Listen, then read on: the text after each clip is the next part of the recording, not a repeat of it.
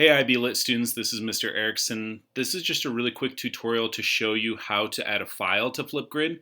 If you recorded an audio mini IO, this will be really useful to you so that you don't have to do the weird recording of video to get the audio, especially if you just did audio like on your phone or something. So here's what you're going to do. You should have your audio file on your computer.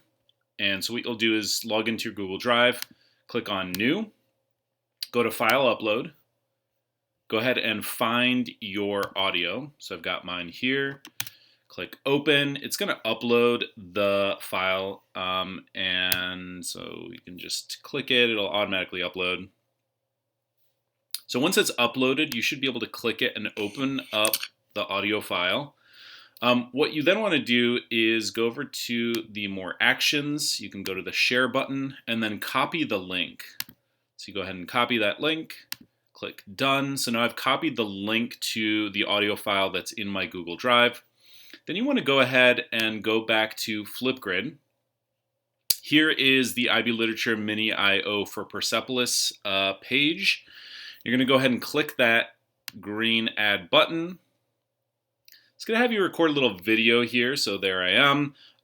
You could just say in this video, please see my attached file in order to hear my mini IO. So that's what I'm going to go ahead and do. Please see my attached file for my mini IO.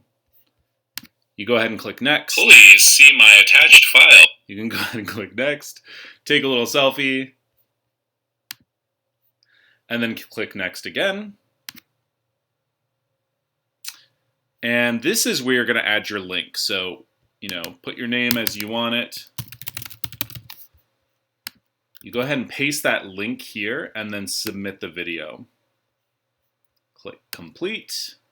And it'll now upload that audio file. So then when someone clicks it, please see my attached file for my they can click that little button and it brings them directly to the audio.